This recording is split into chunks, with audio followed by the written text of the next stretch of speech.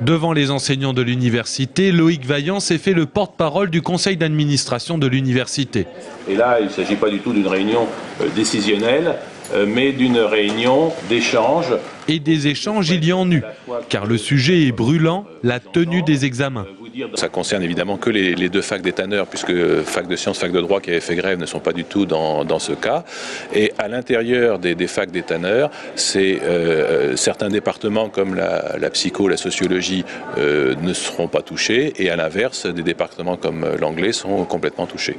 Et évidemment, dans beaucoup de départements, cela dépend des années, et la réponse n'est pas du tout ou rien pour chaque département.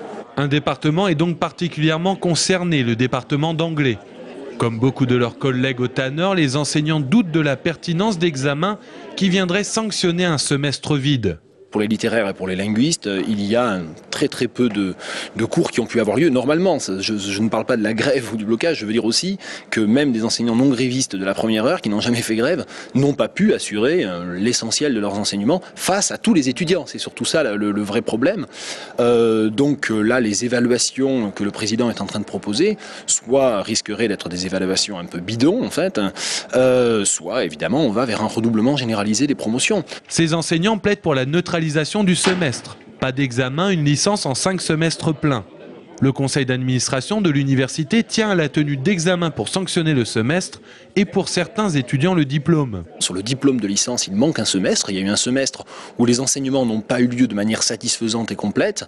Et cela veut dire que l'on va du coup accorder ou ne pas accorder le diplôme sur le reste. Donc, par exemple, un étudiant de première année, l'ensemble de l'année va être évalué sur le premier semestre où les cours ont eu lieu normalement. Un étudiant de troisième année, l'ensemble de sa licence va lui être accordé ou refusé sur l'ensemble de ses 5 premiers semestres, sans tenir compte du deuxième semestre d'enseignement. C'est non, il n'y aura pas de validation uniquement sur un semestre.